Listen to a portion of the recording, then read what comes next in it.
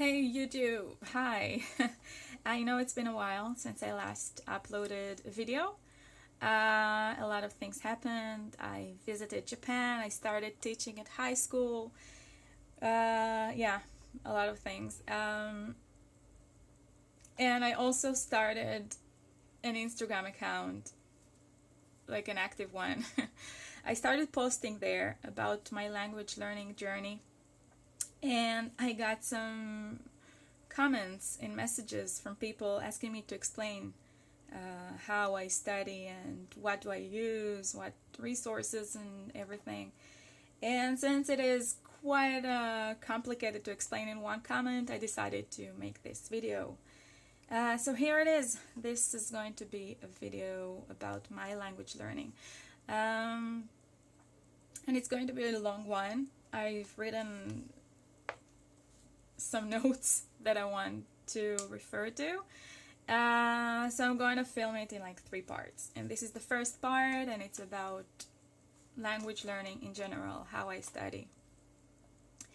So the first thing that I think that is most important in language learning before actually studying it is deciding what your goals are, because that's according to that you will choose the way you're going to study the language.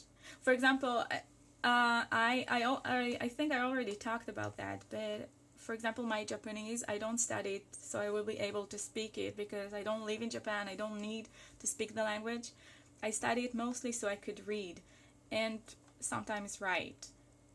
Even though lately it's starting to change, but that's how I base my study methods, on reading. I read, I write. I don't look for people to speak with because that's my goal, and I think that once you have this figured it out, you will be able to focus on the right way to study, I think. Now the thing is, I know I have this talent to get languages, like my brain somehow gets them really, really fast. But still, there is like one one thing that I well, I don't know what's the term, but that's what guides me. Nothing is too difficult. I always try to read, even though it's not supposedly something that is for my level. I don't consider it like too hard, too difficult. No, I try to read it, even though there are tons of new words. I don't care, because that's how you start learning. That's how you get to the real to the core, I think. I remember when I started learning Japanese.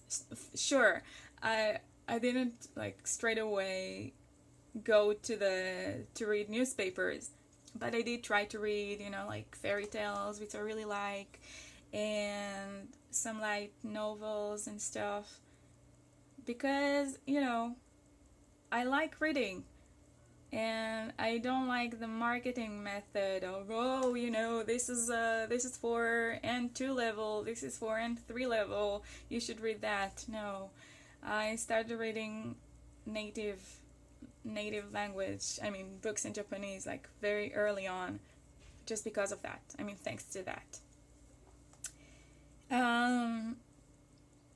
So when you start learning a language, I think this is the most important thing that you should have in mind.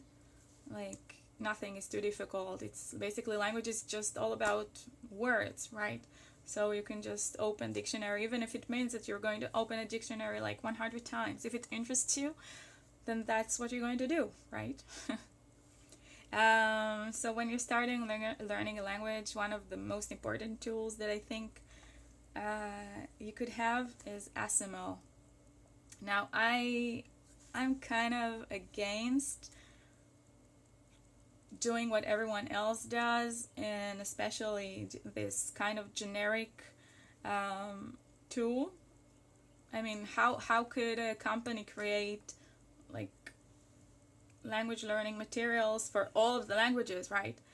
But then I started studying with ASML, one of the languages. I don't remember which one it was, and it was so different from what I thought. So today I want to recommend you, if you want to study any language, go first with ASML. I adore this method. I think it's the best one for a beginner. So about the way I study languages, well, I have some. The most important thing I think is writing for me, like writing whatever I'm learning, because I don't write out everything, but I do write the most important things. So I have some notebooks for each language. Like this is my language collection material. This is like my language area where I choose my study materials for the week or the month or whatever. And I have, in each language, I have like at least three different notebooks. This is for grammar. This is for vocabulary. And another one, which is for, I don't know, random things, I guess. Like kind of like a regular notebook where I have my notes. And apart from that, I also have a smaller one where I write down, I call it things I learned today.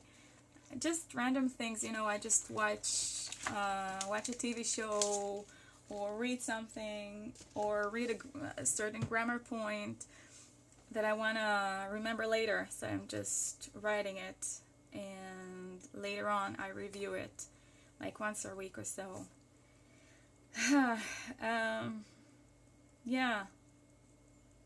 Yeah. Speaking of notebooks, right? My notebooks, I love them. Every notebook, I mean, sure, you could write down with pencils and everything, but what about studying from these kind of things? Look how colorful it is and how decorated it is, right? I love doing that. It makes me, as you can see, can you see? Yeah. I'm writing down everything, and I use different colors, and just washi tapes, and I think it just makes it tons more fun to study this way, and it makes since I'm a visual learner, it makes everything stand out for me. That's about that. So what I do basically is, like, the first thing when I'm, for example, studying like a new grammar point, I will read it, and then I will write it down with a pencil, and then the next day I will decorate it with with my wonderful stationery collection, and that way I'm reviewing it through, well, basically having fun. And then obviously I also practice it, because you can't really get something unless you practice it. Oh, and another thing, I really like using colors. So another thing that I really like to do is like using colors for different words, for highlighting different words.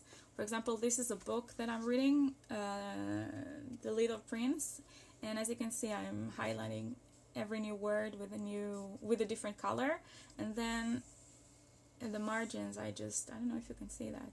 At the margins, I have the same word written in the same color.